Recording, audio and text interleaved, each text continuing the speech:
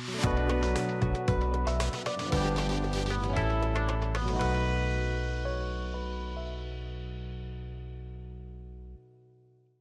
everyone, I'm Nusha Tasmin Persha. So I did my hair transplant surgery 5 months ago from New Roots Clinic, and here I am right now.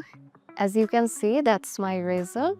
And the surgery was not that much difficult, and after surgery there are some difficulties I have faces, but also that was not that much painful or critical.